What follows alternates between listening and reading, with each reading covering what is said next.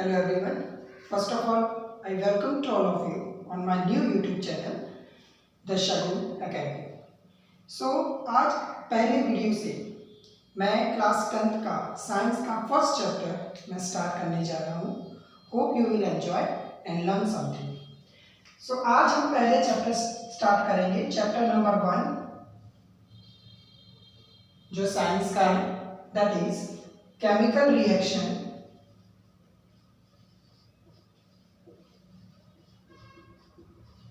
and equation. Class 10th का first chapter है और इम्पॉर्टेंट भी है, बेसिक्स हैं और आगे जाके इक्वेशंस को बैलेंस करने की मेथड भी हम सीखेंगे. पर सबसे पहले चैप्टर को स्टार्ट करने से पहले हमें ये समझना होगा what is chemical reaction and what is chemical equation.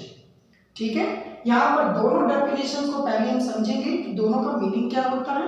Then we will proceed towards physical change. इस वीडियो के अंदर आज हम सिर्फ फिजिकल चेंज के बारे में ही स्टडी करेंगे. In the next video we will continue from chemical change. Okay, so firstly we will learn what is chemical reaction. Chemical reaction क्या होता है, ठीक है. And second is what is chemical equation.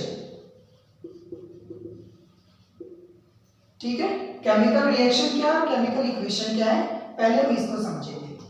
So chemical reaction किसे कहते हैं? Mutual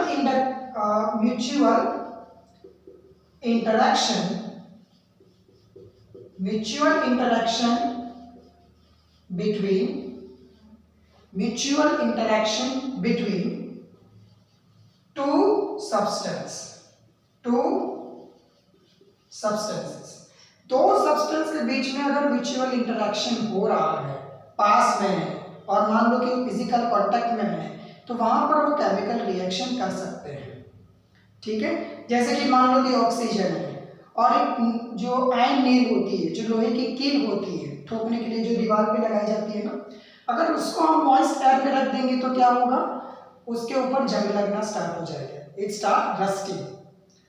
तो वो क्यों होता है? क्योंकि ऑक्सीजन के कांटेक्ट में आता है तो वहां पर वो Fe2O3 बनाता है, जो हम आगे जाके पढ़ेंगे. मैं सिर्फ इतना बताना चाहता हूँ कि केमिकल रिएक्शन का मतलब ये होता है कि दो सब्सटेंस के बीच में म्यूचुअली इंटरेक्शन होता है, तब उसको हम केमिकल रिएक्शन कहते हैं. यानी कि उस समय वहां पर क्या हो रहा है, केमिकल रिएक्शन हो रहा है. और केमिकल इक्वेशन क्या है? केमिकल इक्वेशन यानी कि रिएक्शन को ब्रीफली रिप्रेजेंट करने की जो मेथड है, that is called chemical equation. यानी इसको हम कहेंगे brief representation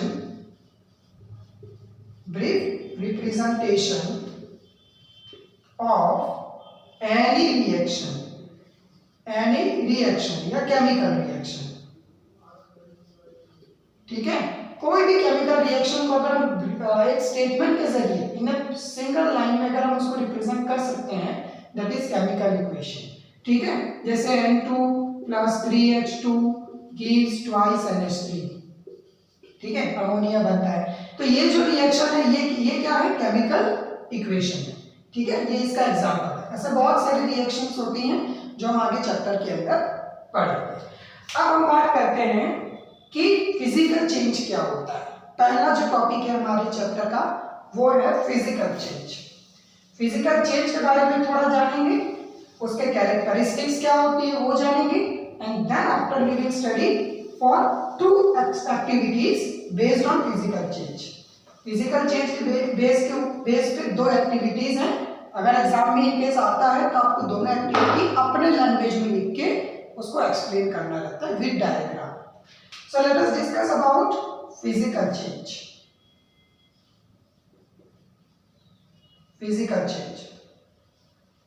First we remember what is physical change. यानी कि किसी भी सब्सटेंस के ऊपर साइज यानी कि कोई भी सब्सटेंस का साइज, शेप, अपीयरेंस, डेंसिटी कुछ भी अगर चेंज आ रहा है, वो क्या है, उसका फिजिकल चेंज है. क्या है, फिजिकल चेंज है. यानी कि substance having change in size, shape, appearance, ठीक है, डेंसिटी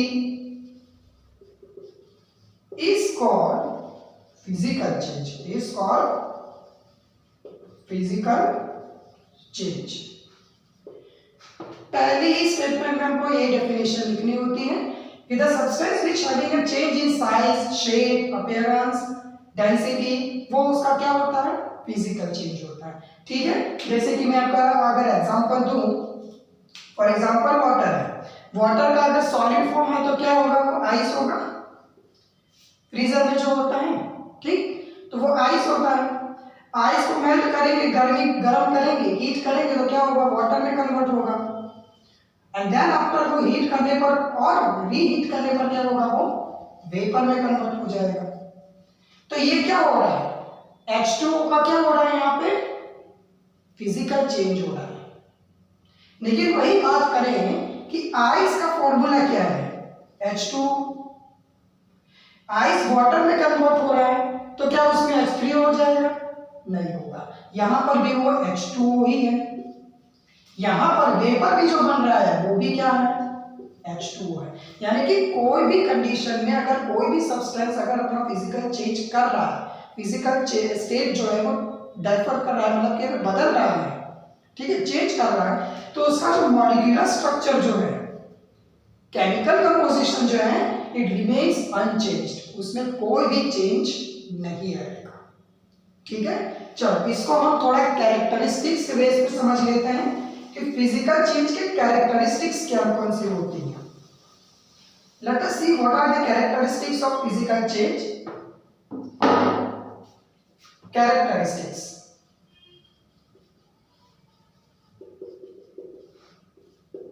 ठीक है, कैरेक्टरिस्टिक्स कौन कौन सी होती है। सबसे पहली बात, फिजिकल चेंज के अंदर क्या होता है, no chemical composition, no change, ऐसे लिखते हैं, no change in chemical composition, no change in chemical composition.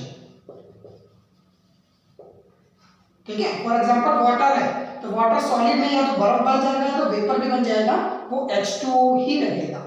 Molecular structure या केमिकल कंपोजिशन जो होता है, it remains same, it remains unchanged, उसमें कोई बदलाव नहीं आता।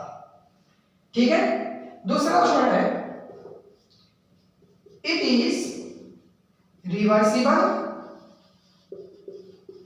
And temporary. रिवर्सिबल का मतलब क्या होता है, टेम्पररी का मतलब क्या होता है। रिवर्सिबल का मतलब कि वो चेंज होता रहता है, अपना स्टेट बदल के वो फिर से उसी स्टेट में वापस आ सकता है। ठीक है, जैसे वाटर है, वाटर को फ्रीज कर दोगे तो पानी बर्फ बन जाएगा, ठीक है, और बर्फ को फिर गर्म कर दोगे तो फिर वाटर बन जाएगा, फ्रीज करने पे बर्फ, गर्म करने पर वाटर। तो ये क्या है, रिवर्सिबल है। ठीक है, वो उसमें भी कन्वर्ट होता है, अपने दूसरा स्टेट में भी कन्वर्ट हो जाता है। और टेम्पररी है, यानी परमानेंट नहीं है। अगर परमानेंट बात करेंगे तो वो केमिकल चेंज में आएगा, that we will study on the next video. But यहाँ पर हमें समझना होगा कि टेम्पररी चेंज होता है, ये चेंज परमानेंट नहीं होता, कुछ समय के लिए होता है, बाद में वो अपना दूसरा स्टेट में कन्वर्ट हो जाता है। अगर बर्फ बन गया है तो बर्फ ऐसा नहीं कि फिर हमेशा के लिए वो बर्फ ही बन जाएगा। ठीक है, उसका जो स्टेट है वो हमेशा चेंज होता रहता है, रिवर्सिबल भी है, ठीक है, एंड टेम्पररी भी होता है। Third one is no chemically new substance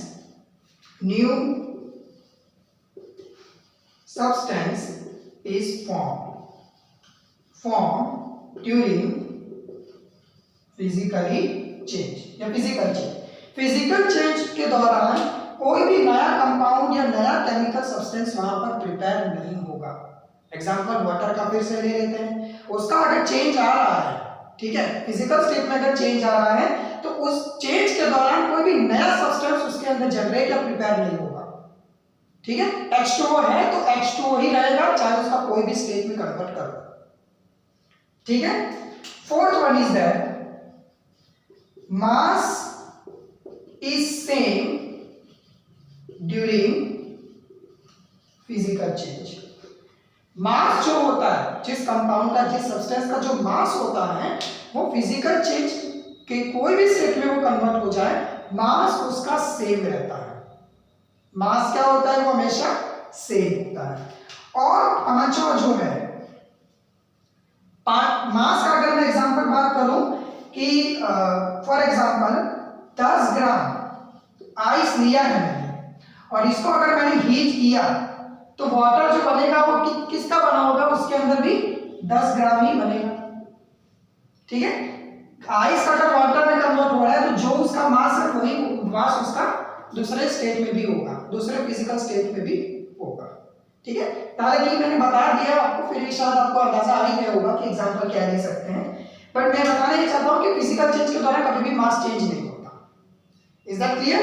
and पांचवा जो है, 1 2 3 4 पांचवा, what is the fifth characteristics?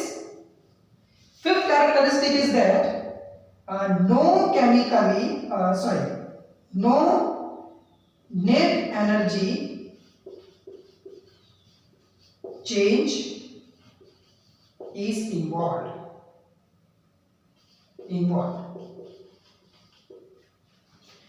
Energy change कभी भी नहीं होगा, जो एनर्जी थी वही एनर्जी उसमें यूज होगी। फॉर एग्जांपल मैं आपको बता देता हूं कि मान लो, मैं यहां शो कर देता हूं। फॉर एग्जांपल जैसे मान लो कि 10 ग्राम आइस को अगर मैं फॉर एग्जांपल 796 कैलोरी अगर 10 ग्राम आइस जो है वो एब्जॉर्ब कर रहा है, तब जाके वो 10 ग्राम या 10 ml मतलब 10 ग्राम वाटर को प्रिपेयर कर रहा है। ठीक है, मतलब कि ये जो मान लो कि यहाँ वेट में नहीं लिख रहा हूं, वेट तो हालांकि वही होगा, हमने अभी डिस्कस किया कि मास सेम होता है, कि 10 ग्राम आइस मान लो कि 796 कैलोरी अब्सॉर्ब करने पे वो वाटर में कन्वर्ट होता है, जिसका वेट इतना ही है। क्योंकि अभी हमने पढ़ा था कि मास कभी भी चेंज नहीं होता, it always be same during physical change. अभी मान लो ये तो इसने अब्सॉर्ब किया, तब जाके इसको हीट मिली, तब जाके वाटर में कन्वर्ट हुआ। अभी इसी वाटर को फिर से आइस में कन्वर्ट होना है, तो यही जो कैलोरी उसने एब्सॉर्ब की थी उसको वो रिलीज करेगा। क्या करेगा? रिलीज करेगा। 796 कैलोरी रिलीज करेगा, तब जाके वो फिर से आइस में कन्वर्ट हो जाएगा। अब यहां पर देखिए, कोई नेट एनर्जी में कोई चेंज आया, आइस ने जितनी कैलोरी एब्सॉर्ब करके वाटर बनाया था, वाटर उतनी एनर्जी रिलीज करके आइस बना रहा है। एनर्जी निकल जाएगी तो वो क्या हो जाएगा? फ्रीज हो जाएगा और वो आइस में कन्वर्ट हो जाएगा। तो जितनी एनर्जी एब्सॉर्ब हो रही है उतनी एनर्जी रिलीज भी हो रही है। ठीक है, रिवर्सिबल भी है, मास भी सेम है, और कैलोरीज जो नेट एनर्जी चेंज है वो भी जीरो है। जीरो इसलिए क्योंकि यहाँ पर कोई चेंज नहीं हो रहा है। 796 एब्सॉर्ब भी हो रहा है, 796 कैलोरी रिलीज भी हो रही है जब वाटर आइस में कन्वर्ट होता है तो वापस। क्लियर? चलो अब इसके बेस पर हम दो एक्टिविटी देखेंगे। Late us see the activity based on the physical change.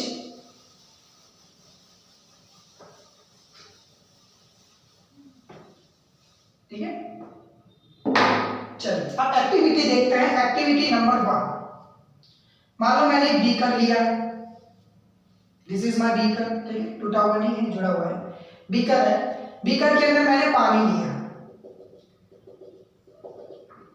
Let's consider 100 ml water.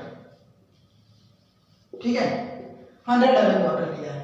इसी 100 ml वाटर के अंदर मैंने for example 5 gram sugar add किया। अगर चीनी नहीं है, सॉल्ट यूज करो। हमें तो सिर्फ यहाँ फिजिकल चेंज होता क्या है उसी को हमें समझना है। पानी लिया, सबसे पहले हाँ एक चीज मैं आपको बताना भूल गया, अगर बीकर में जो पानी लिया है पहले उसका वजन ले लीजिए। फॉर एग्जांपल इसका मैंने वेट कर लिया, फॉर एग्जांपल इसका कोई x वेट आ रहा है। ठीक है, x ग्राम आया है। अब फिर बाद में मैंने अंदर क्या किया, शुगर ऐड किया, 5 ग्राम शुगर ऐड किया। पहले 100 ml पानी का बीकर के साथ वजन कर लिया, वेट कर लिया, x ग्राम है। अब बाद में मैं 5 ml ग्राम शुगर जो है वो मैं ऐड कर रहा हूं और बाद में मैं उसको स्टरिंग कर रहा हूं। क्या कर रहा हूं, स्टरिंग कर रहा हूं, ताकि पूरी तरह से चीनी या नमक जो भी आप ले रहे हो वो पानी के अंदर घुल मिल जाए, डिसॉल्व हो जाए कंप्लीटली। ठीक है, अब डिसॉल्व करने के बाद फिर से आप उसका वजन चेक कीजिए, वेट चेक कीजिए। एक जो पानी का वेट लिया था वो और शुगर या सॉल्ट 5 ग्राम मिलाने के बाद उसका वेट चेक कीजिए, वेट कभी भी चेंज नहीं होगा। No mass change will be observe during this experiment, during this activity. क्यों? क्योंकि जो शुगर था 5 ग्राम या 6 ग्राम 7 ग्राम जो भी ग्राम हो, वो पानी के अंदर डिसॉल्व हो चुका है। ठीक है, रिमेन्स में फॉर्म में नहीं है, वो डिसॉल्व हो चुका है, इसलिए उसके वेट में कोई भी चेंज नहीं आएगा, माइनर भी चेंज नहीं आएगा। Is that clear? वेट की बात करें, नॉर्मल पानी का बीकर के साथ वेट जो था और शुगर मिलने के बाद जो वेट है वो सेम रहेगा। यानी यहां से एक प्रिडिक्शन हम कर सकते हैं कि ये फिजिकल स्टेट है, क्योंकि फिजिकल चेंज के दौरान हमने कैरेक्टरिस्टिक में पढ़ा था, no mass change will be observe. Clear? Secondly, अभी जो शुगर जो है या सॉल्ट जो आपने उसके अंदर ऐड किया था, इसको आप निकाल भी सकते हो पानी में से। कैसे? मान लो कि शुगर को निकालना है, तो शुगर के निकालने के लिए एक प्रोसेस होती है which is called as a solvent extraction.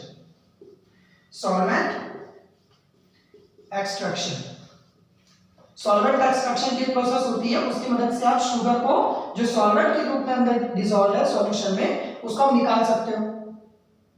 तो फिर से वही का वही पानी मिल जाएगा।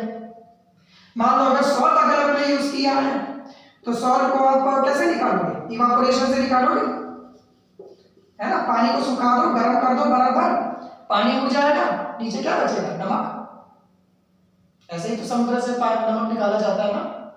तो ऐसे मतलब कि इवापोरेशन की मदद से सॉल्ट निकाला जा सकता है, सॉल्वेंट एक्सट्रैक्शन की मदद से शुगर इसमें से निकाल सकते हैं, जो भी आपने यूज किया हो।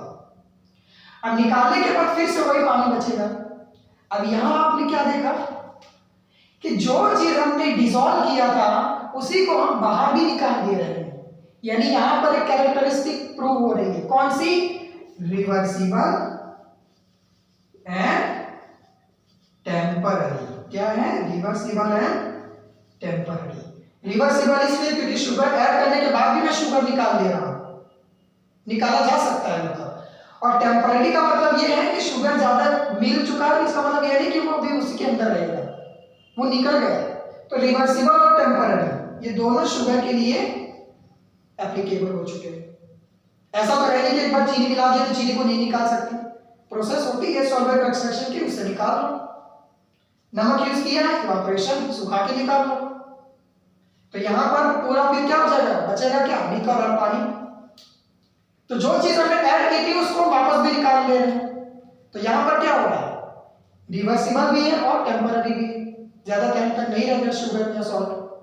ठीक है, और मास भी सेम रहेगा। जैसे हमने बात की थी कि पानी बीकर के साथ वजन जो लिया होगा और शुगर मिलने के बाद जो वजन लिया होगा दोनों के बीच का जो वेट जो है, मास जो है वो सेम रहेगा, क्योंकि शुगर या सॉल्ट जो भी है वो इसके अंदर डिसॉल्व हो चुका है। ये आपको अपने लैंग्वेज में लिखना होगा। ठीक है, बस यही ड्रॉ करना है, पानी ड्रॉ करना है, 100 ml water plus 5 gram sugar या सॉल्ट। शुगर लिख दोगे तो भी चलेगा, सॉल्ट लिख दोगे तो भी चलेगा, आपके ऊपर है। I hope you will understand this activity, you already understood this. Second activity जो है वो हॉर्स शू के ऊपर है, यानी कि घोड़े की नाल जो पैरों पे लगाई जाती है उसके ऊपर है। लेट्स सी, घोड़े की नाल आपको अपने लैंग्वेज से बताना है, मैं आपको सिर्फ एक्सप्लेन कर दे रहा हूं। घोड़े की नाल कुछ इस तरह की होती है, क्लियर? दिस इज घोड़े। अच्छा, इसको उल्टा बना दिया मैंने, शायद ऐसे होता है।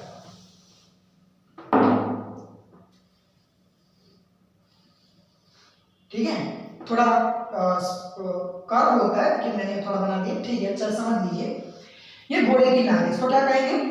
हॉर्स शू आयरन बार, ठीक है, घोड़े की नाल आयरन बार।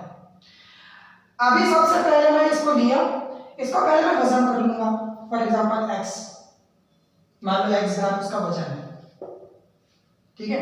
अब मैं क्या कर रहा हूं, इसके ऊपर मैं कॉपर वायर राउंड कर रहा हूं इस तरह से, ठीक है, और यहां से कनेक्ट करके फिर से यहां पर वायर राउंड कर दे रहा हूं, ठीक है। यहां ले गया, यहां मैंने एक बैटरी लगाई है, बैटरी, और यहां पर मैंने इस तरह से स्विच लगाई है, फॉर एग्जांपल ये स्विच है, और इस तरह से यहां दूसरी एंड पे कनेक्ट कर दिया है, ठीक है। कॉपर वायर लगाया, यहां पर बैटरी लगाई, बैटरी, और यहां पर मैंने स्विच लगाई, ठीक है। यानी कि अगर ये जो स्विच है, अगर इसको मैं ऐसे टच कर दूंगा, इसके साथ ऑन कर दूंगा, तो करंट फ्लो होना शुरू हो जाएगा, ठीक है। दूसरी चीज, यहां मैंने पेट्री डिश ली है, यानी कि जो कटोरी होती है चाय मिट्टी की, वो वाली कुछ इस टाइप की है, और यहां पर मैंने लिए हैं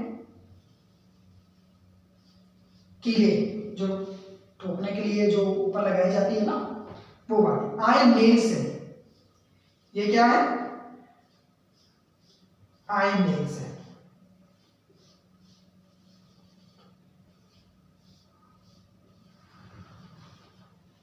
ठीक है, ये ऐसी पड़ी होती है। अब मैं यहां पर क्या कर रहा हूं, मैं इस स्विच को कनेक्ट कर रहा हूं, जैसे मैं इसको यहां पर कनेक्ट करूंगा, वैसे यहां पर क्या होगा, करंट फ्लो होना शुरू हो जाएगा, क्यों भाई, बैटरी लगी हुई है। अब जैसे बैटरी लगी हुई है, तो मैंने स्विच को क्लोज सर्किट कर दिया, करंट फ्लो होना शुरू हो गया, तो ये जो घोड़े की नाल जो है, हॉर्स शू, ये मैग्नेटाइजेशन की प्रॉपर्टी क्या शो करेगा, क्या करेगा, शोज प्रॉपर्टी ऑफ मैग्नेटाइजेशन, ये चीज आपको एग्जाम में या एक्टिविटी में जब भी आप लिखोगे कॉपी में, तो ये आपको लिखना पड़ेगा। करंट फ्लो होने के बाद उस टाइम पे ये मैग्नेटाइजेशन की प्रॉपर्टी शो करेगा, और क्योंकि ये मैग्नेटाइजेशन प्रॉपर्टी शो कर रहा है, यहां पर कीलें पड़ी हुई हैं, ये क्या हो जाएंगी, यहां पर अट्रैक्ट हो जाएंगे,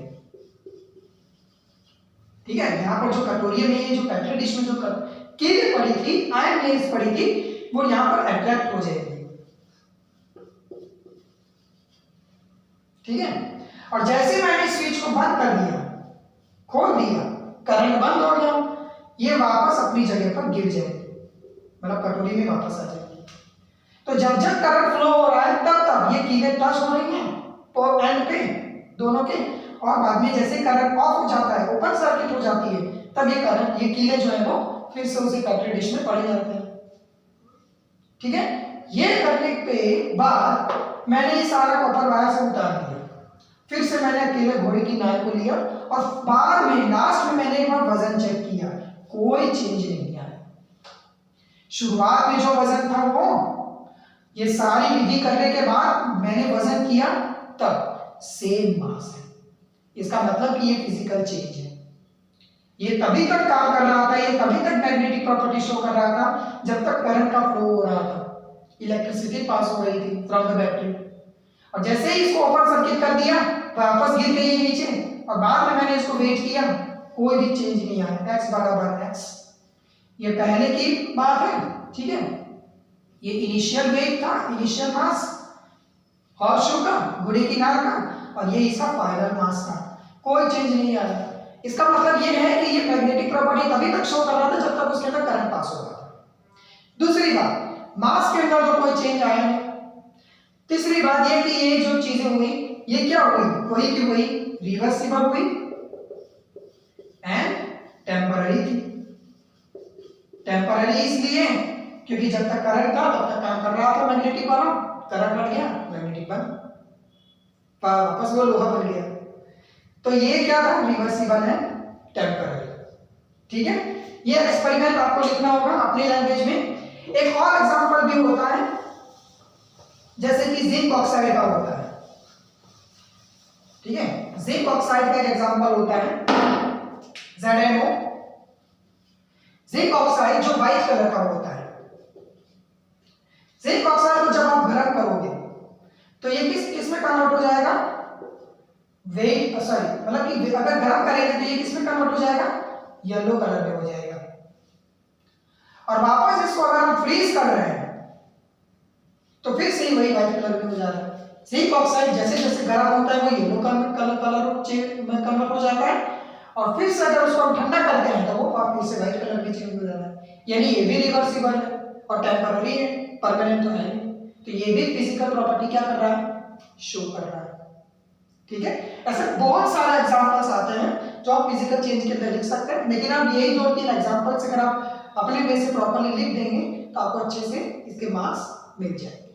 ठीक है, now I hope you understand everything which I have told you taught you right now.